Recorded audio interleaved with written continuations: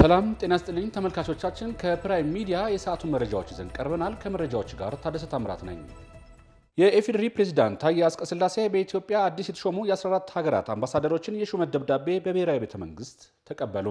ለፕሬዝዳንቱ የሹመት ደብዳቤያቸውን ያቀረቡት የሞሪታኒያ፣ ካዛኪስታን፣ ቫቲካን፣ ባንግላዴሽ፣ አረብ ሊግ፣ ኢንዶኔዥያ፣ ሰርቢያ፣ የስዊድን፣ ካናዳ፣ ስዊዘርላንድ፣ ግብፅ፣ ሃንጋሪ፣ የሳን ማሪኖ እና የቱርክሚኒስታን አምባሳደሮች ናቸው።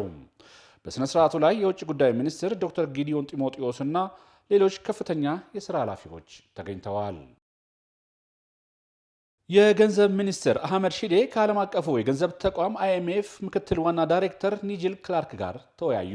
ሚኒስትሩ በዚህ ወቅት ተቋሙ ለኢትዮጵያ እያደረገ ያለውን ድጋፍ አድንቀው ይህ የሀገሪቱን ኢኮኖሚ ለማሳደግ ለስራ ዕድል ፈጠራና የዜጎችን ኑሮ ደረጃ ለማሻሻል ትልቅ አስተዋጽኦ አለው ብለዋል።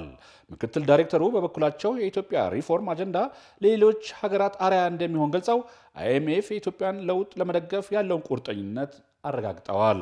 በተጨማሪም የሪፎርም ትግበራው ከፍተኛ ወጪ እንዳለው ጠቅሰው ተጨማሪ የፋይናንስ ለማሰባሰብ እንደ ዓለም ባንክ ካሉ የልማት አጋሮች ጋር ቀጣይነት ያለው ትብብር አስፈላጊ መሆኑን አጽንኦት ሰጥተዋል። በአዲስ አበባ ሊካሄድ በታቀደው ሶስተኛው የዓለም የገንዘብ ድርጅት ግምገማ ወቅት ሁለቱም ወገኖች ተቀራርበው ለመስራት በመስማማት ውይይታቸውንም አጠናቀዋል። በአፍሪካ የመድኃኒት አቅርቦት በራስ አቅም ለመሸፈን የጋራ ጥረትና አቅምን ማጎልበት እንደሚያስፈልግ የጤና ሚኒስትር ዶክተር መቅደስ ዳባ ገለጹ። ኢትዮጵያ መድኃኒት አቅርቦት ግዢ ስርዓትን ለማሳለጥ የሕግና አሰራር ማሻሻያዎች እያደረገች መሆኑንም ገልጸዋል። የጤና ሚኒስቴር ከአፍሪካ የበሽታ ቁጥጥርና መከላከል ማዕከል ጋር በመተባበር ያዘጋጁት የአፍሪካ መድኃኒት ግዢ ማዕቀፍ ላይ ያተኮረ ውይይት እየተካሄደ ይገኛል። ከጥቅምት 4 2014 ዓ.ም ጀምሮ ለሁለት ቀናት በሚካሄደው ውይይት የአፍሪካ ሀገራት የመድኃኒት አቅራቢ ተቋማትና የሚመለከታቸው አካላት ያላቸውን ልምድ የሚያጋሩበት ነው።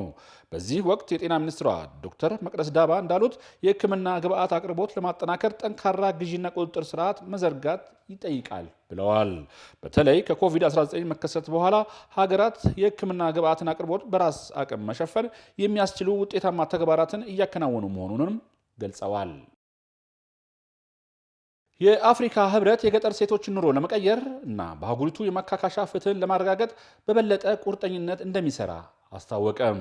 ዓለም አቀፍ የገጠር ሴቶች ቀን በአፍሪካ ደረጃ ዛሬ በአህጉሪቷ መዲና አዲስ አበባ ይከበራል። የገጠር ሴቶችን ማካካሻ ፍትህ አማካኝነት ማብቃት በአፍሪካ ሁሉን አቀፍ እና ዘላቂ ስርዓት ምግብን ማረጋገጥ የቀኑ መሪ ሀሳብ ነው። በቀኑ አከባበር ላይ የአፍሪካ ህብረት አመራሮች፣ የመንግስት ተወካዮች፣ የገጠር ሴቶች አመራሮችና ተወካዮች፣ የሲቪል ማህበረሰብ ተቋማት፣ የዲያስፖራ ተወካዮች፣ የልማት አጋሮችና የግሉ ዘርፍ ተዋናዮችም ይሳተፋሉ። ዓለም አቀፍ የገጠር ሴቶች ቀን ከአፍሪካ ህብረት 2025 መሪ ሀሳብ ከሆነው የማካካሻ ፍትህ ለአፍሪካውያንና ለዘረ አፍሪካውያን የተሳሰረ መሆን ተገልጸዋል። ተመልካቾቻችን የሰዓቱ መረጃዎች እንደቀጠሉ ናቸው። አሁን ደግሞ ወደ ውጭ ምንጮች ወዳገኘናቸው መረጃዎች እናልፋለን። የኬንያው አንጋፋ ፖለቲከኛ ራይላ ኦዲንጋ ከዚህ ዓለም በሞት ተለዩም።